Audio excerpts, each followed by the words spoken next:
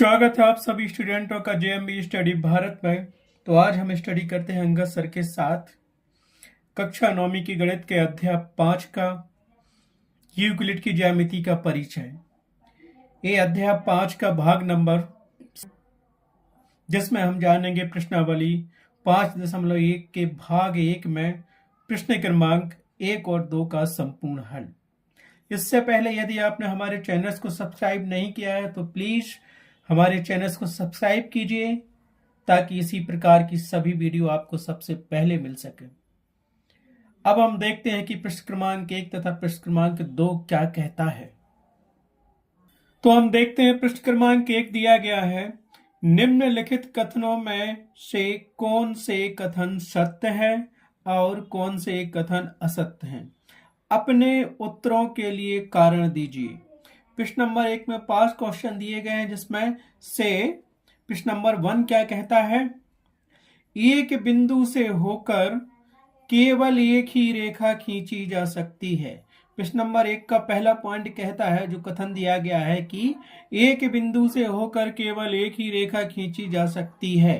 अब बिंदु क्या है तो हम देखते हैं क्या कह रहा है, एक बिंदु से होकर केवल एक ही रेखा खींची जा सकती है। सबसे पहले तो बिंदु देखते हैं, बिंदु क्या कहलाता है, इसका आंसर हम बाद में देंगे। तो यहां हम लिखते हैं, समझते हैं। पहले यहां लिख लेते हैं ये क्या है, हम इसका हल लिखते हैं क्योंकि इसमें हल लिखा जाता है गणित में। तो हल कैसे करेंगे, क्वेश्चन क्या है, एक बिंदु से होकर केवल एक ही रेखा खींची जा सकती है। तो हल लिखा हमने, हमें दिया गया है कि एक बिंदु से होकर केवल एक ही रेखा खींची जा सकती है। तो बिंदु क्या होता है, बिंदु ये होता है। अब वो कह रहा है एक बिंदु से केवल एक ही रेखा खींची जा सकती होकर। अब बिंदु की तो ना तो लंबाई होती है ना चौड़ाई होती है।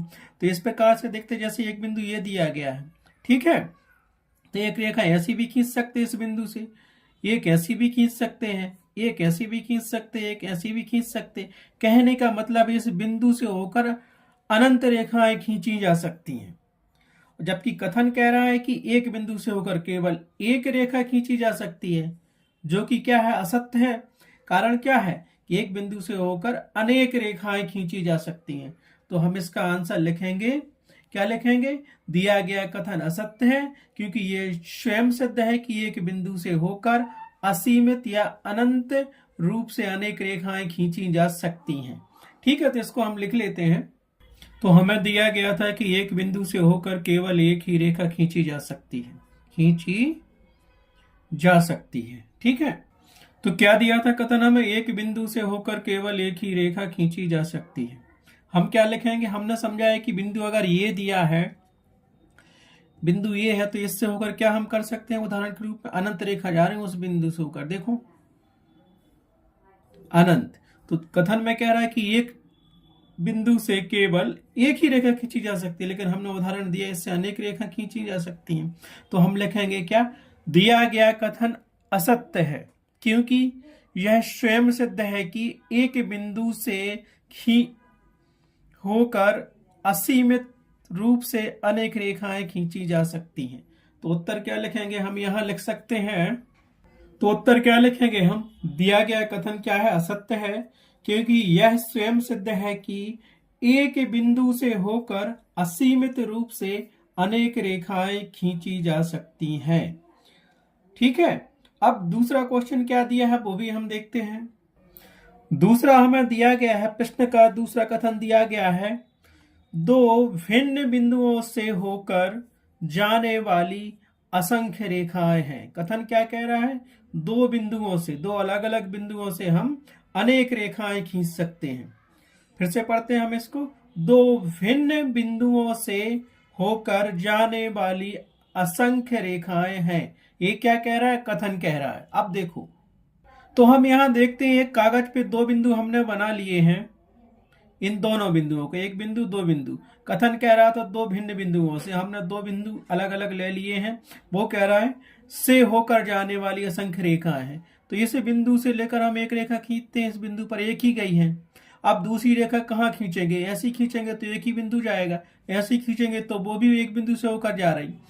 या कैसी भी खींचो, एक रेखा के अतिरिक्त जो भी रेखा आप खींचोगे वो एक ही बिंदु से होकर गुजरेगी। लेकिन दो बिंदुओं से होकर एक ही रेखा जा सकती है, जबकि कथन कह रहा है कि दो भिन्न बिंदुओं से होकर जाने वाली असंख्य रेखाएं हैं। और हमने ये सिद्ध कर दिया कि दो बिंदुओं से होकर केवल एक ही रेखा खींची जा सकती है और नहीं खींची जा सकती। अगर हम ऐसी खींचेंगे तो वो केवल एक बिंदु से होकर जाएगी। तो हम क्या लिखेंगे? तो क्या था हमारे पास पहले का दूसरा क्वेश्चन? दो बिंदुओं से होकर जाने वाली असंख्य रेखाएं हैं, जबकि हमने सिद्ध किया कि इन दो बिंदुओं से होकर जाने वाली केवल एक ही रेखा है। तो हम क्या कहेंगे? दिया गया कथन असत्य है क्योंकि दो भिन्न बिंदुओं से होकर केवल एक ही रेखा खींची जा सकती है। इस प्रकार प्रश्न नंबर पहले का दूसरा क्वेश्चन कंप्लीट हुआ। अब देखते हैं प्रश्न नंबर पहले का तीसरा क्वेश्चन क्या है। पहले का तीसरा क्वेश्चन हमें दिया गया है, एक शांत रेखा दोनों ओर अनिश्चित रूप से बढ़ाई जा सकती है। तो कथन कह रहा है कि हम एक शांत रेखा को दोनों ओर अनिश्चित रूप से बढ़ा सकते हैं। तो हम लिखेंगे हल बराबर हमें क्या दिया गया है, जो कथन दिया गया वो सत्य है कि सत्य। तो हम लिखेंगे दिया गया कथन सत्य है। जैसे देख लेते हैं कि एक रेखा है ये हमारे पास, एक शांत रेखा है ये, इसको हम इस तरफ भी बढ़ा सकते हैं अनिश्चित रूप से, इस तरफ भी बढ़ा सकते हैं जितना बड़ा ना हो। समझ गए? तो एक शांत रेखा को, मतलब शांत रेखा एक बिंदु तक होती, ये बिंदु, ये इससे आगे नहीं, एक शांत रेखा ये बनी हुई है। अब इसको हम आगे भी बढ़ा सकते हैं और पीछे भी बढ़ा सकते हैं, तो ये शांत रेखा कहते हैं इसको। ठीक है, तो एक शांत रेखा दोनों ओर अनिश्चित रूप से बढ़ाई जा सकती है। तो हम आंसर क्या लिखेंगे? हाँ, दिया गया कथन सत्य है। तो हमने क्या लिखा? दिया गया कथन सत्य है क्योंकि एक शांत रेखा को अनिश्चित रूप से बढ़ाया जा सकता है। शांत रेखा ये कहलाती है जिसके दो कॉर्नर जो बिंदु होते हैं ये। ठीक है, अब इसको तुम इस तरफ भी बढ़ा सकते हो, इस तरफ भी बढ़ा सकते हो। तो कथन तो सत्य है, कथन यही कह रहा है कि एक शांत रेखा को अनिश्चित रूप से बढ़ाया जा सकता है। ठीक है, इस प्रकार प्रश्न नंबर 1 का तीसरा क्वेश्चन कंप्लीट हुआ। आप देखते हैं प्रश्न नंबर 1 का चौथा क्वेश्चन क्या कहता है। तो हमें क्या दिया गया है? चौथा क्वेश्चन, यदि दो वृत्त बराबर हैं तो उनकी त्रिज्याएं बराबर होती हैं। ठीक है, तो यहां लिखते हैं हम हल। हमें ये बताना है कथन सत्य है कि असत्य है। तो पहले तो हम लिख देते हैं कि दिया गया कथन सत्य है। हम क्या लिखेंगे? पहले समझ लेते हैं इसको, कैसे वृत्त बराबर है। माना कि एक वृत्त ये दिया है हमारे पास, एक वृत्त ये दिया, इनकी साइज बराबर है। यह ये इनका केंद्र बिंदु हो गया, यहां से यहां तक की दूरी क्या हो गई? त्रिज्या। ठीक है, इसकी R1 त्रिज्या मान ली, इसकी R2 त्रिज्या मान ली। ये वृत्त क्या हो गया? C1 हो गया और ये वृत्त C2 हो गया। ठीक है, तो ये वृत्त दोनों आपस में क्या है? बराबर है, तो इनकी त्रिज्या क्या होगी? बराबर होगी। कैसे होगी? देखो, इस वृत्त का क्षेत्रफल हम लिखेंगे तो कितना होगा? पाई R1 स्क्वायर। इस वृत्त का भी क्षेत्रफल क्या होगा? पाई R2 स्क्वायर। अगर दोनों आपस में बराबर है तो इनके क्षेत्रफल भी बराबर होंगी। क्षेत्रफल बराबर है तो ये पाई पाई कैंसिल किया, तो यहां से हमें क्या मिल गया? R1 स्क्वायर बराबर R2 स्क्वायर मिल गया। ये त्रिज्या है, तो दोनों का वर्ग हटा दिया तो क्या मिला? R1 बराबर R2। मतलब वृत्त 1 की त्रिज्या बराबर वृत्त 2 की त्रिज्या होगी। तो हम क्या कह सकते हैं कि दिया गया कथन सत्य है। तो यहां हम लिखते हैं कि, तो हम देखते हैं दिया गया कथन सत्य है क्योंकि वृत्त आपस में बराबर हैं, और जब वृत्त आपस में बराबर होते हैं तो संपाती भी होंगे वृत्त। वृत्तों के संपाती होने पर उनका क्षेत्रफल भी बराबर होता है, और जब क्षेत्रफल बराबर होता है तो उनकी त्रिज्याएं भी बराबर होंगी। जैसे एक वृत्त ये दिया गया है, इसका सेंटर ए है और यहां से यहां तक की दूरी क्या है? त्रिज्या। और इसी वृत्त के बराबर एक दूसरा वृत्त है, इसके केंद्र ए है और ये त्रिज्या है R2। तो पहले वृत्त का क्षेत्रफल होगा पाई R1 स्क्वायर और दूसरे वृत्त का क्षेत्रफल होगा पाई R2 स्क्वायर। R1 पहले वृत्त की त्रिज्या है, R2 दूसरे वृत्त की त्रिज्या है। तो जब दोनों वृत्त बराबर हैं तो उनके क्षेत्रफल भी बराबर होंगे।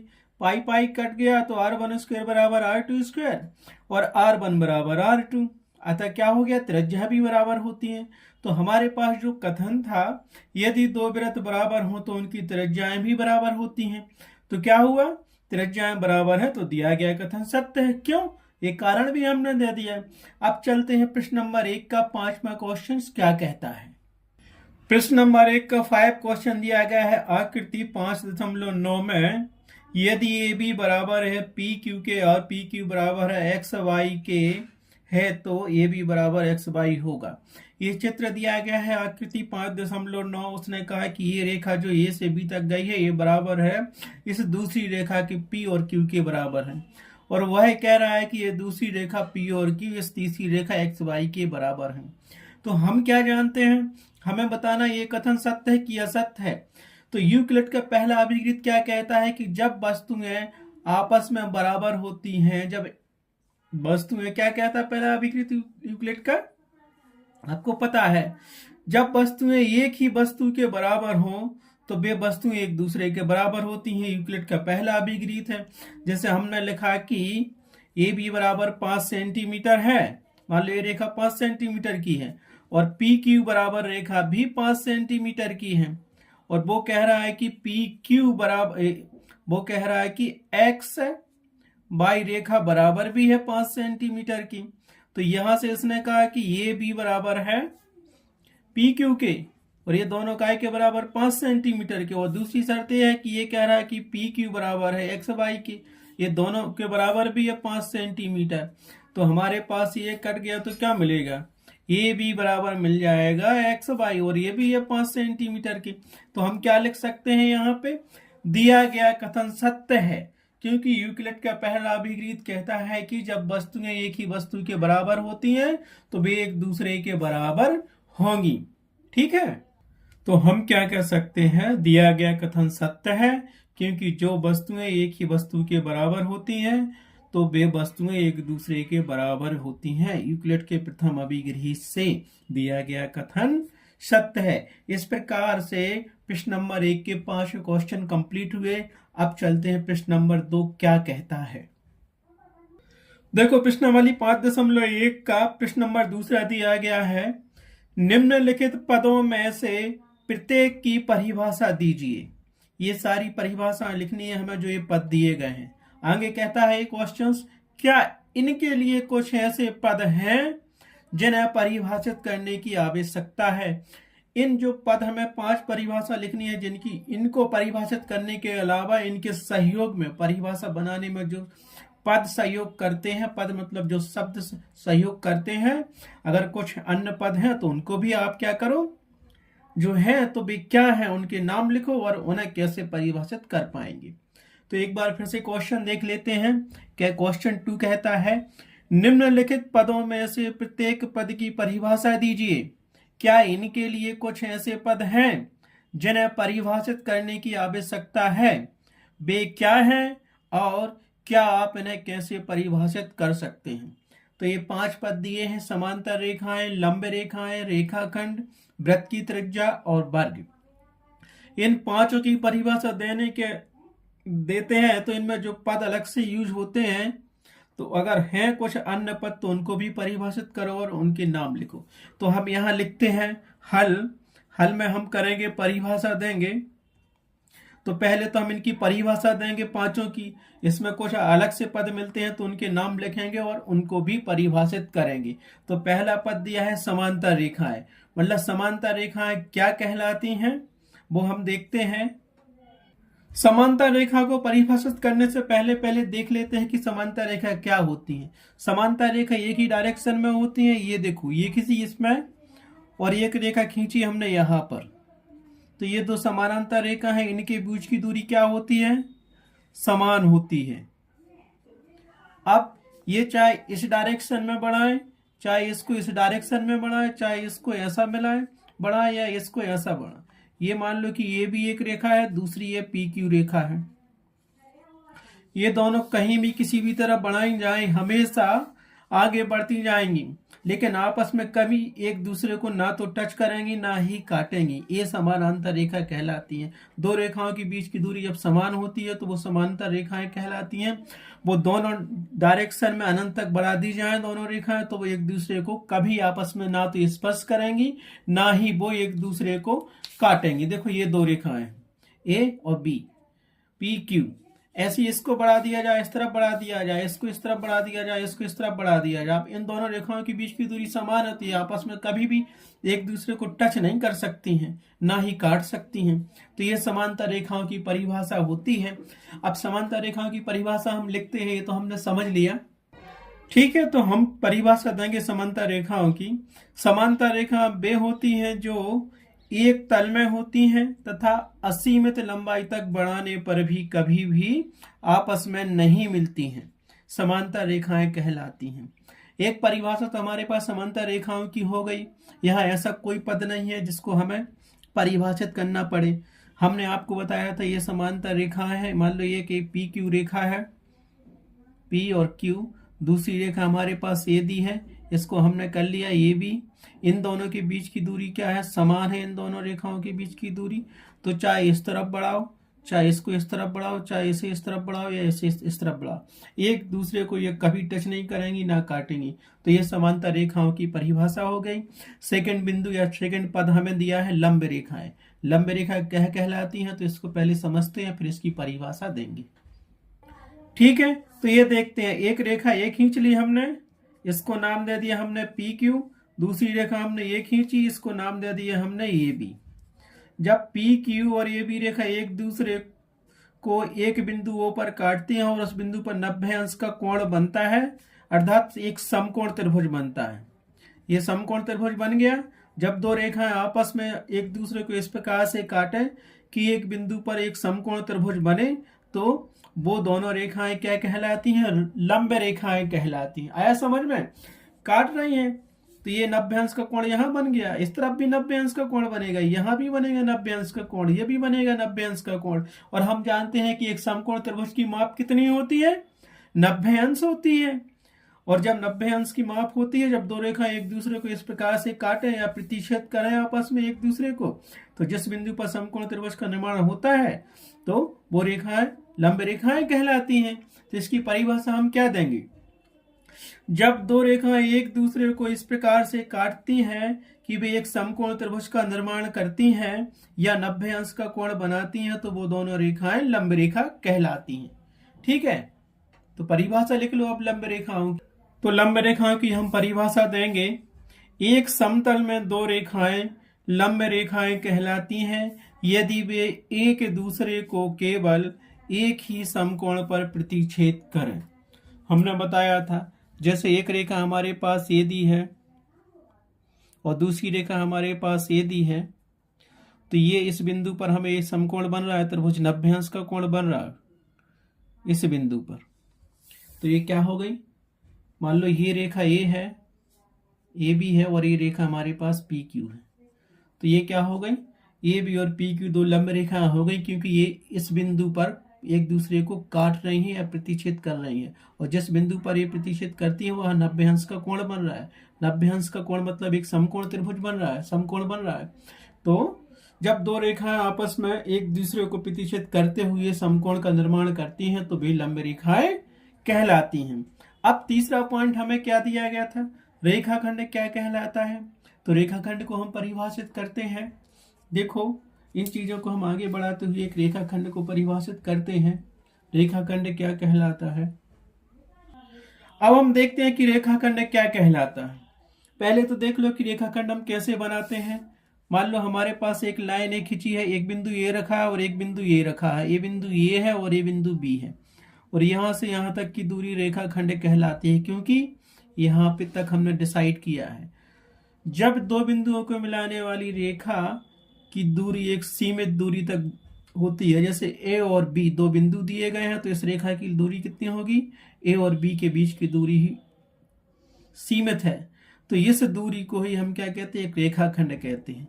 लेकिन इस रेखाखंड को अगर हम दोनों तरफ बढ़ाएं तो वो असीमित दूरी तक बढ़ा सकते हैं, उसको अनिश्चित दूरी तक बढ़ा सकते हैं। ठीक है, तो रेखाखंड क्या कहलाता है, दो बिंदुओं के बीच की दूरी ही रेखाखंड कहलाती है। रेखाखंड के दोनों किनारे क्या होते हैं, बिंदु होते हैं, एक बिंदु ये है और एक ए दिया है, तो रेखाखंड के दोनों किनारे एक बिंदु होते हैं, और रेखाखंड को हम दोनों तरफ असीमित दूरी तक बढ़ा सकते हैं। तो रेखाखंड को कैसे हम परिभाषित करेंगे, एक ऐसी रेखा जिसकी लंबाई सीमित है। ये भी एक रेखा है, यहां से यहां तक ये भी एक रेखा है, इसकी लंबाई भी सीमित है, ए से बी तक लंबाई सीमित है। और यदि हम चाहें तो उसे दोनों ओर असीमित लंबाई तक बढ़ा सकते हैं, है ना। ये रेखाखंड कहलाता है। तो हम रेखाखंड की परिभाषा कैसे देंगे, देखो रेखाखंड ए से बी तक की दूरी रेखाखंड कहलाती है। रेखाखंड के किनारे सीमित होते हैं, एक बिंदु होते हैं। तो रेखाखंड को हम परिभाषित करेंगे, एक ऐसी रेखा जिसकी लंबाई सीमित हो तथा यदि चाहे तो उसे दोनों तरफ असीमित लंबाई तक बढ़ाया जा सकता है, रेखाखंड कहलाता है। ठीक है, इस प्रकार से रेखाखंड की भी परिभाषा हमने कंप्लीट कर दी। समांतर रेखाओं की परिभाषा हमने कंप्लीट की, फिर लंब रेखाओं की परिभाषा हमने कंप्लीट की, फिर रेखाखंड की परिभाषा हमने कंप्लीट की। अब चौथा पॉइंट था वृत्त की त्रिज्या। वृत्त की त्रिज्या कैसे कहते हैं उसको भी हम देखते हैं। तो हम देखते हैं वृत्त की त्रिज्या। वृत्त की त्रिज्या क्या कहलाती है, सबसे पहले तो यहाँ समझ लो, फिर हम उसकी परिभाषा लिखेंगे। माना कि ये एक वृत्त बना हुआ है, इसका केंद्र ये दिया है, ये क्या है, वृत्त की परिधि कहलाती है और ये वृत्त का केंद्र कहलाता है। तो वृत्त के केंद्र से परिधि तक की दूरी को हम क्या कहेंगे, वृत्त की त्रिज्या कहेंगे। ये क्या है, वृत्त का केंद्र, ये वृत्त का केंद्र है। और ये क्या है, यहां से ये वृत्त की क्या है, परिधि, वृत्त की परिधि। तो हम क्या कहेंगे, वृत्त के केंद्र तथा वृत्त की परिधि को मिलाने वाली रेखा वृत्त की त्रिज्या कहलाती है। तो हम परिभाषित कैसे करेंगे, किसी भी वृत्त के केंद्र से परिधि को मिलाने वाली रेखा की लंबाई वृत्त की त्रिज्या कहलाती है। ये वृत्त का केंद्र है और ये परिधि है, यहां से यहां तक की दूरी या लंबाई को वृत्त की त्रिज्या कहते हैं। ठीक है, आया समझ में वृत्त की त्रिज्या क्या कहलाती है। तो अब हम उसकी परिभाषा लिख लेते हैं वृत्त की त्रिज्या। तो क्या लिखा हमने, एक वृत्त बना हुआ है, ये वृत्त का केंद्र O है और ये वृत्त की परिधि कहलाती है, ये वृत्त का केंद्र कहलाता है।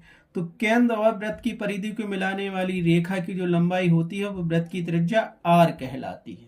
आया समझ में। तो इसको भी बता सकते हो कि ये क्या है, ये क्या है, वृत्त की त्रिज्या। आप एक चित्र भी बना सकते हो ऐसा। आप परिभाषा लिख दो, वृत्त की त्रिज्या क्या कहलाती है। क्या कहेंगे हम, किसी भी वृत्त के केंद्र को परिधि से मिलाने वाली रेखा की लंबाई को वृत्त की त्रिज्या कहा जाता है। आया समझ में। तो इस प्रकार से हमने वृत्त की त्रिज्या भी आपको बता दी, वृत्त की त्रिज्या क्या कहलाती है। अब नेक्स्ट पॉइंट हमारे पास दिया था वर्ग। वर्ग क्या है, तो वर्ग को भी लिख लेते हैं हम। अब देखो वर्ग क्या है, वर्ग हम किसको कहते हैं। मान लो एक ऐसी आकृति बनी है 4 फुट की, जिसकी चारों भुजाएं, ये चतुर्भुज का निशान है, चारों भुजाएं आपस में बराबर है। मान लो ए सेंटीमीटर की हैं, चारों भुजाएं बराबर है। एक चतुर्भुजाकार आकृति है जिसकी चारों भुजाएं बराबर हों और वो चारों भुजाएं आपस में मिलके क्या करें, ये 90 अंश का कोण बनाती हैं। तो उसे हम क्या कहेंगे, वर्ग कहेंगे। तो परिभाषा कैसी देंगे, ऐसी चतुर्भुजाकार आकृति जिसकी सभी भुजाएं बराबर हों एवं सभी कोण 90 अंश के हों। ये सभी कोण, ये भुजा और ये भुजा मिल के 90 अंश का कोण बना रही, ये भी 90 अंश का बना रही, ये भी 90 अंश का और ये भी 90 अंश का कोण बना रही। सभी भुजाएं मिलके 90 अंश का कोण बनाती हैं और आपस में भी बराबर हों तो क्या कहलाती हैं, वर्ग कहलाती हैं। तो वर्ग की परिभाषा हम किस प्रकार लिखेंगे, तो देखो वर्ग की परिभाषा हमने दी है, ऐसी चतुर्भुजाकार आकृति जिसकी सभी भुजाएं बराबर हों एवं सभी कोण बराबर हो या 90 अंश के हो, वर्ग कहलाती हैं। इस प्रकार से क्वेश्चन नंबर 2 की जो सारे पद दिए गए थे 5 पद, उन 5 पदों की हमने परिभाषा दे दी है। अब आगे वो क्वेश्चन क्या कह रहा था अपने पास, देखते हैं। प्रश्न क्या कह रहा था, क्या इसके कुछ ऐसे पद हैं जिन्हें परिभाषित करने की आवश्यकता है और वे क्या है और आप इन्हें कैसे परिभाषित करेंगे। तो जैसे हमने समांतर रेखाओं की परिभाषा दी है, तो इसमें रेखा शब्द आ गया था हमारे पास, लंब रेखाओं की परिभाषा दी है, तो वहां बिंदु शब्द आ गया था हमारे पास। तो हमारे पास ऐसे 2 पद हैं जो इन 5 पदों की परिभाषा करने के लिए हमें जरूरत, जिनकी आवश्यकता पड़ी है। तो हम लिखेंगे हाँ, ऐसे 2 पद हैं जो बिंदु और रेखा हैं, इनको हम निम्न प्रकार से परिभाषित कर सकते हैं। तो लिखते हैं हम, तो हम क्या लिखेंगे, हाँ 2 पद बिंदु तथा रेखा ऐसे पद हैं जिन्हें परिभाषित करने की आवश्यकता है। अब यहां हम बिंदु की परिभाषा लिखेंगे। बिंदु क्या कहलाता है, तो बिंदु को परिभाषित करते हैं हम बिंदु, क्योंकि जो उपर्युक्त 5 पदों की परिभाषा दी है उसमें बिंदु शब्द आया है और रेखा शब्द आया है। तो हमें रेखा को भी परिभाषित करना है और बिंदु को परिभाषित करना है। तो बिंदु किसे कहते हैं, देखिए, तो क्या लिखेंगे हम बिंदु की परिभाषा, एक बिंदु वह है जिसका कोई भाग नहीं होता, अर्थात जिसकी ना तो लंबाई होती है और ना ही चौड़ाई होती है, बिंदु कहलाता है। क्या कहलाता है, बिंदु कहलाता है। अब देखते हैं रेखा की परिभाषा। रेखा क्या कहती है, बिंदु शब्द भी बीच में आया है हमारे इसमें और रेखा शब्द भी बीच में आया था उन 5 पदों को परिभाषित करने के लिए। तो हमने बिंदु की परिभाषा दे दी, अब रेखा की परिभाषा देते हैं। अगर आप परिभाषा ऐसी दे सको कि ये शब्द ना आए उसमें परिभाषित करने वाले, तो हम इनकी परिभाषा नहीं देते। लेकिन हमने कुछ ऐसे शब्द उसमें देखे हैं कि जैसे बिंदु आया और रेखा आया, तो उनको परिभाषित तो करना पड़ेगा हमें। तो बिंदु की परिभाषा हमने दे दी इन 5 पदों के अलावा। 6वां पद ही हो गया। 7वां पद क्या होगा, रेखा। अब रेखा किसे कहते हैं, रेखा की परिभाषा भी दो इसमें। रेखा को हम परिभाषित करेंगे, एक रेखा चौड़ाई रहित लंबाई होती है, अर्थात जिसमें केवल क्या हो, लंबाई हो, वह रेखा कहलाती है। ठीक है, इसमें लंबाई तो है लेकिन चौड़ाई नहीं है, ये भी क्या होगी, एक रेखा हो गई। आया समझ में। इस प्रकार से हमें उन 5 पदों को परिभाषित करने के लिए 2 पद हमने यूज किए थे, बिंदु और रेखा। तो रेखा को हम क्या कहते हैं, जिसमें केवल लंबाई होती है उसे रेखा कहते हैं। और बिंदु क्या है, बिंदु की परिभाषा ये है। तो हमने 7 पदों को परिभाषित कर दिया। इस प्रकार से इस पार्ट में, पार्ट नंबर 5 में क्या किया हमने, प्रश्नावली 5.1 के यूक्लिड की ज्यामिति के परिचय का प्रश्न नंबर 1 और प्रश्न नंबर 2 कंप्लीट रूप से हल कर दिए हैं, संपूर्ण रूप से हल कर दिए हैं। इसमें से वो एक क्वेश्चन पूछ सकते हैं, या ये बहुत ज्यादा इंपॉर्टेंट है एग्जाम के हिसाब से, या तो सत्य असत्य में ये परिभाषाएं पूछेंगे वो, या खाली स्थान में पूछेंगे, या मैचिंग करने में पूछेंगे, या फिर सीधा क्वेश्चन नंबर 2 पूछ सकते हैं, या सत्य असत्य में पूछ सकते हैं। तो ये पार्ट नंबर 5 कंप्लीट हुआ यूक्लिड की ज्यामिति का। अब नेक्स्ट पार्ट में हम देखेंगे नेक्स्ट क्वेश्चनों को। Thanks for watching my video.